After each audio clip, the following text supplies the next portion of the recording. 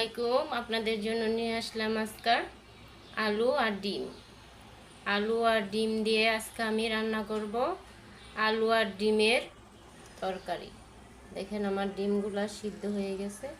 এখন ডিম আলু ছুলে নিব, তারপরে রান্নায় আসব।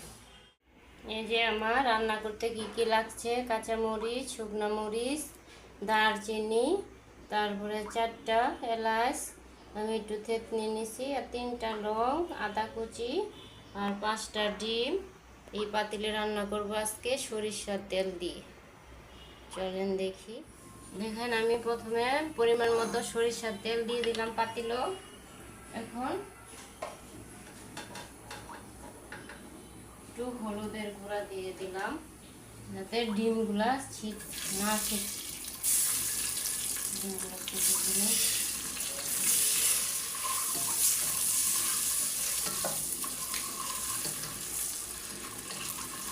ভালো করে একটু ভাজবো।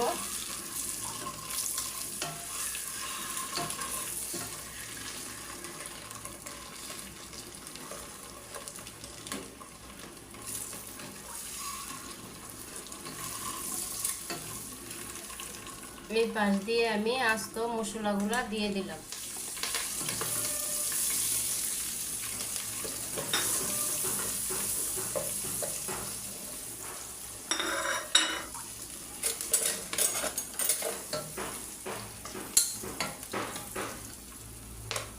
এখন আমি ডিমগুলো উঠিয়ে নিই।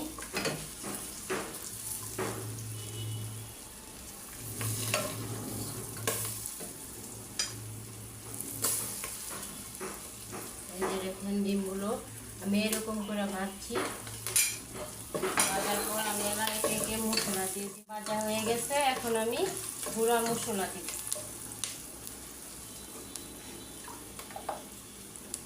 হলুদের গুঁড়া, ধনিয়ার গুঁড়া,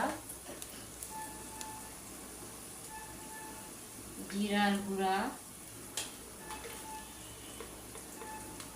লবণ, মরিচের গুঁড়া দিব না, মরিচের গুঁড়া আমি অনেক আস্ত মরিচ দিছি, জাল হয়ে যাবে। আদা রসুন দিই।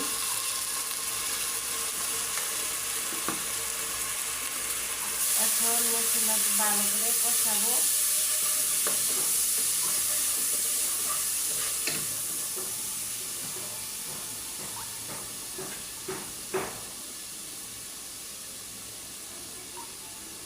অল্প পানি দিয়ে আমি মশলাটা একটু ভালো করে কষাবো।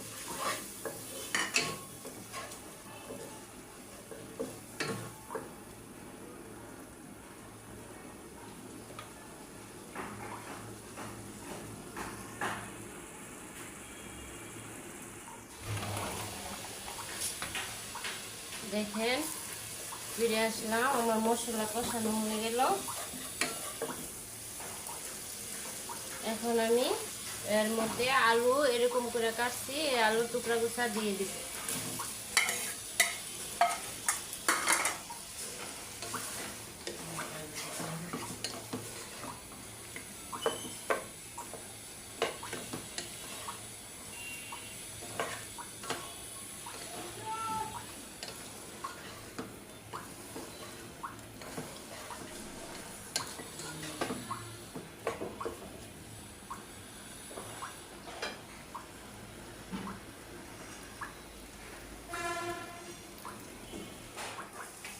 এই যে দেখেন আমার আলুটি ভালো করে কষানো হয়ে গেল।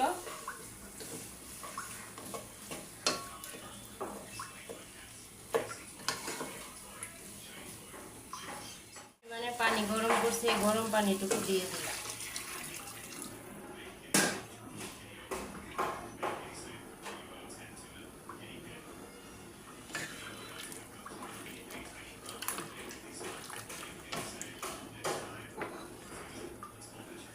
2 মিনিট পর আমি আমার ভাজা ডিমগুলা দিব। এখন 2 মিনিট আলুটি রান্না হোক, 2 মিনিট পর ফিরে আসব।